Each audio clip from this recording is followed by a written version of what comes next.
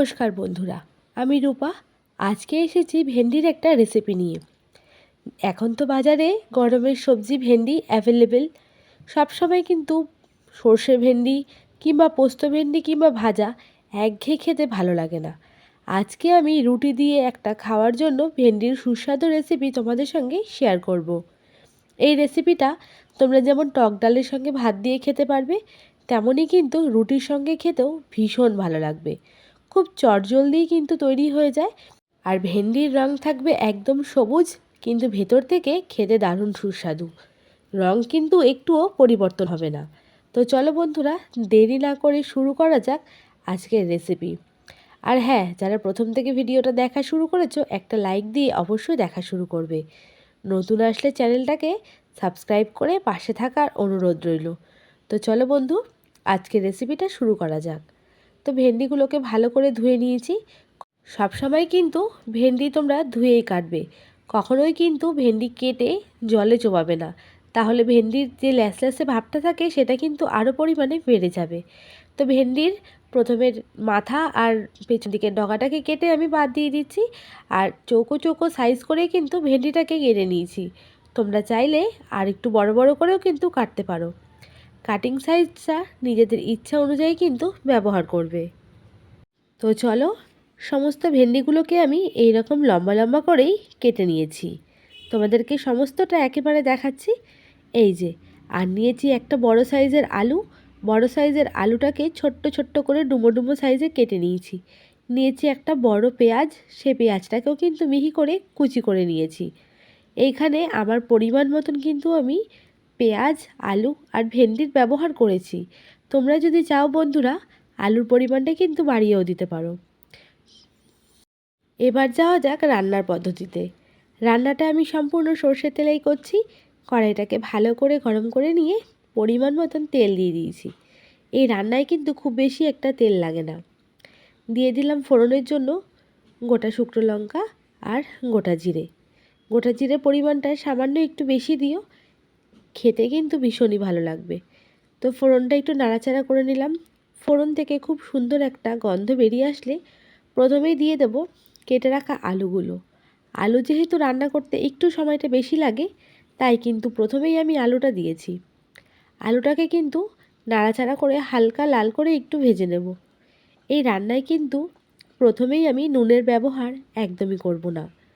নুন প্রথমেই ব্যবহার করলে ভেন্ডিটা কিন্তু ল্যাসল্যাসে হয়ে যাবে। আলুটা বেশ খানিকটা ভাজা হয়ে এসেছে। এরপরে দিয়ে দিচ্ছি কেটে রাখা পেঁয়াজটা। পেঁয়াজটা দিয়ে ভালো করে একটু নাড়াচাড়া করে নেব, যাতে পেঁয়াজটাও হালকা করে ভাজা ভাজা হয়ে যায়। এরপরে কেটে রেখেছি বেশ মিডিয়াম সাইজের একটা টমেটো আর তার 4 থেকে 5টা কাঁচা লঙ্কা কুচি। পেঁয়াজ আর টমেটোটা নরম হওয়ার জন্য সামান্য নুনের ব্যবহার করছি, তবে কিন্তু পর্যাপ্ত নুনের ব্যবহারটা এখন একদমই করবে না। বন্ধুরা, এই রেসিপিটা তোমরা রুটির সঙ্গে একবার খেয়ে দেখো, দারুণ সুস্বাদু লাগে খেতে।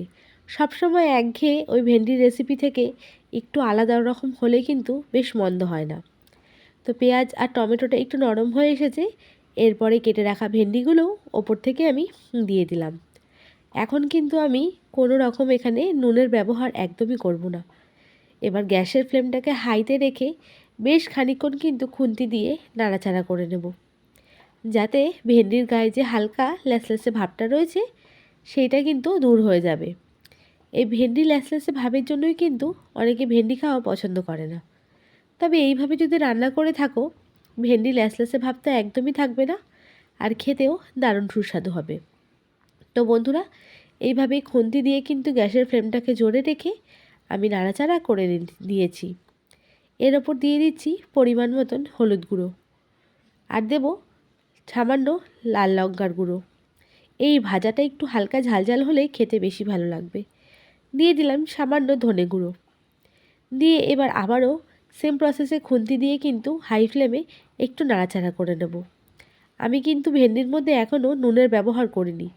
তোমরাও কিন্তু এইভাবেই করবে। ভেন্ডি যদি নুন দিয়ে ঢেকে রান্না করা হয়, তাহলে কিন্তু খুবই ল্যাসল্যাসে হয়ে যায়। ঢাকনা খুলে নুন ছাড়া রান্নাটা করলে এবং রান্নার শেষে নুনের ব্যবহারটা করলে কিন্তু ভেন্ডি ল্যাসল্যাসে একদমই করে না, আর খুবই কম তেলে সুন্দরভাবে ভেন্ডি রান্না হয়ে যায়। আমি যেই প্রসেসে দেখাচ্ছি তোমরা কিন্তু অবশ্যই বাড়িতে একদিন ট্রাই করো। সেমভাবেই কিন্তু আমি 3 থেকে 4 মিনিট খুন্তি দিয়ে নাড়াচাড়া করে হালকা হালকা করে নাড়াচাড়া করে ভেজে নিচ্ছি। দেখো ভেন্ডির গায়ে যে হালকা লেসলেসে ভাবটা ছিল সেটাও কিন্তু প্রায় চলে গেছে।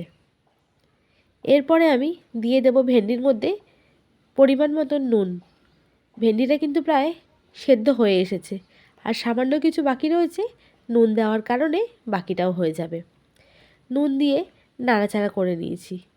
এরপরে দিয়ে দেবো আমি সামান্য চিনি। তোমরা যদি এই রান্নায় চিনি না খেতে চাও তাহলে ব্যবহার নাই করতে পারো। চিনি দিলেই হালকা স্বাদের ব্যালেন্স হয়, আর খেতেও কিন্তু বেশ ভালোই লাগে। তো খুন্তি দিয়ে আবারও বেশ খানিকক্ষণ একটু নাড়াচাড়া করে নিলাম। আমাদের ভেন্ডি আলু ভাজা কিন্তু প্রায় হয়েই এসেছে। এটাকে ভাজা না তরকারি বলবো তোমরাই কিন্তু নামটা ডিসাইড করো। ঢাকনা কিছুক্ষণ দিয়ে দিয়েছিলাম, আলুটাও খানিকটা সেদ্ধ হয়ে আসবে আর ভেন্ডিটাও কিন্তু ভালো মতো রান্না হয়ে যাবে। তার জন্যই একদম রান্নার শেষ পর্যায়ে এসে আমি ঢাকনা চাপা দিয়েছি। এই ভাজাটা সকালের ব্রেকফাস্টে রুটির সাথে কিংবা রাতের ডিনারে রুটি পরোটার সাথে খেতে দারুণ লাগবে। তো আবারও ঢাকনা চাপা দিয়ে রান্না করে নিলাম। এইভাবে বেশি না, 2 থেকে 3 বার ঢাকনা চাপা দিয়ে 1 থেকে 2 মিনিট করে রান্না করলেই কিন্তু আমাদের ভেন্ডি রান্না একদমই কমপ্লিট হয়ে যাবে। আমার কাছে ধনেপাতা ছিল না, যদি তোমাদের কাছে থাকে নামানোর সময় অবশ্যই সামান্য ধনেপাতা কুচির ব্যবহার করতে পারো। তো বন্ধুরা, আমাদের ভেন্ডি রান্না কিন্তু একদমই হয়ে গেছে। রান্নার পরে তোমরা দেখতেই পাচ্ছ রং কিন্তু একটুও বদলায়নি, এবং রান্নাও হয়েছে একদমই পারফেক্ট। ভেতর থেকে নরম, ওপর থেকে একদম সবুজ রং। যারা সবুজ সবজি খেতে ভালোবাসো এইভাবে অবশ্যই বাড়িতে একবার ট্রাই করে দেখতে পারো। তোমাদের যদি রেসিপিটা ভালো লেগে থাকে একটা লাইক আর কমেন্ট করে জানাতে কেউই ভুলবে না। আর যদি প্রথমবার আমার ভিডিওটা দেখছো অথচ চ্যানেলটাকে সাবস্ক্রাইব করোনি, তাদেরকে রিকোয়েস্ট করব চ্যানেলটাকে সাবস্ক্রাইব করে পাশে থাকার জন্য। আর অবশ্যই বেল আইকনটাকে প্রেস করে দিও, তাহলে নতুন ভিডিও ছাড়ার সাথে সাথেই তোমাদের কাছে নোটিফিকেশন পৌঁছে যাবে। তো আমাদের ভেন্ডি রান্না কিন্তু প্রায় হয়ে গেছে। থালাতে আমি সার্ভও করে দিয়েছি। আজকের সকালে ব্রেকফাস্টে আমাদের মেনুতে ছিল এই ভাজা আর তার সঙ্গে রুটি। আমার বাড়ির বাচ্চা তো এই সবুজ সবজি খেতে ভীষণ পছন্দ করে। তোমাদের বাড়ির বাচ্চারা যদি না করে পছন্দ, তাহলে এইভাবে কিন্তু অবশ্যই একবার তৈরি করে দিতে পারো। ভাজা হয়ে যাওয়ার পরে গরম গরম রুটিও কিন্তু আমি এখানে তৈরি করে নেব। পরোটা দিয়ে খেতেও কিন্তু বেশ ভালোই লাগবে। তো বন্ধুরা, চলো চটপট কিন্তু রুটিটা তৈরি করে নিই। তবে আজকে যেহেতু ভিডিও করছি জানি না রুটিটা ফুলবে কি না। ক্যামেরার সামনেই রুটি করতে গেলে কিন্তু আমার রুটি একদমই ফুলতে চায় না। তো দেখা যাক শেষ পর্যন্ত রুটিটা ফোলে কি না। তো বন্ধুরা, ক্যামেরা দেখে আজকে কিন্তু রুটি আমাকে নিরাশ করায়নি, শেষ পর্যন্ত কিন্তু ফুলেই ছেড়েছে। তো কেমন লাগলো আজকের আমার এই ঢ্যাঁড়সের রেসিপিটা তোমরা কিন্তু কমেন্টে অবশ্যই আমাকে জানিও। আর বাড়িতে এইভাবে একদিন ট্রাই করো। সকালে জলখাবার বেড়ে নিচ্ছি, 2টো রুটি আর তার সঙ্গে ভেন্ডি আলুর ভাজা। এইটা হচ্ছে আমার মেয়ের সকালের জলখাবার। ও কিন্তু আজকে খুব পছন্দ করেই এই খাবারটা খেয়েছে। তাই ভাবলাম এত সুন্দর একটা রেসিপি তোমাদের বাড়িতে যারা বাচ্চারা রয়েছে তাদের জন্য ঝটপট কিন্তু এরকম করে তৈরি করে নিতে পারো। তো চলো বন্ধুরা, আজকে বিদায় নিচ্ছি। দেখা হবে তোমাদের সঙ্গে পরবর্তী কোনো ব্লগ ভিডিও কিংবা রেসিপি ভিডিওতে। সবাই ভালো থেকো।